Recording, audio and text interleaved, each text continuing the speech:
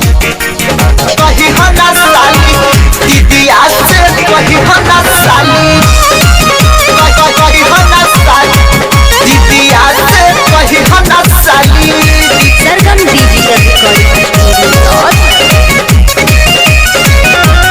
देखनी जे तोरा न भइल कंट्रोल हो मारे मजाक में मार देनी गोला हो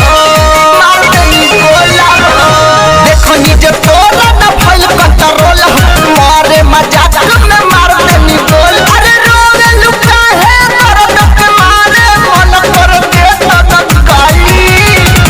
दीदिया से कही हना साली दीदिया से कही हना साली दीदिया से कही हना साली दीदिया से कही हना साली कही हना साली दीदिया से कही हना साली कही हना साली दीदिया से कही हना साली दीदिया से कही हना साली भैया भी रतिया रहे सटल तो खटिया रहे गलती से करवट फेरनी बिगड़ल या ततिया रहे बिगड़ल या ततिया रहे भैया भी रतिया रहे सटल तो खटिया रहे गलती से करवट फेरनी बिगड़ल या ततिया रहे बिगड़ल या ततिया रहे रात बित गइल भइल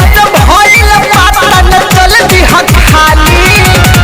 दीदिया से कही हना साली दीदिया से कही हना साली दीदिया से कही हना साली दीदिया से कही हना साली कही हना साली दीदिया से कही हना साली कही हना साली कोई मीना पूछऊ ज्यादा करे लगलो वही माई दादा जी चाराई टॉर पे सके तोहरे में हकलाया था तोहरे में हकलाया था कोई मीना पूछऊ ज्यादा करे लगलो वही माई दादा जी चाराई टॉर पे सके तोहरे में हकलाया था तोहरे में हकलाया था लिप जनवा तोहर सजनवा चल खात छाली दीदिया से कही हना साली दीदिया से कही हना साली दीदिया से कही हना साली दीदिया से अरे कही हना हो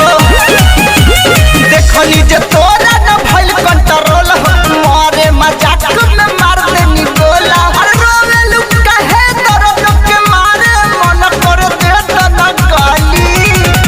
दीदिया से कही हना साली दीदिया से कही हना साली दीदिया से कही हना अरे ना कही सरगम डिजिटल रिकॉर्डिंग स्टूडियो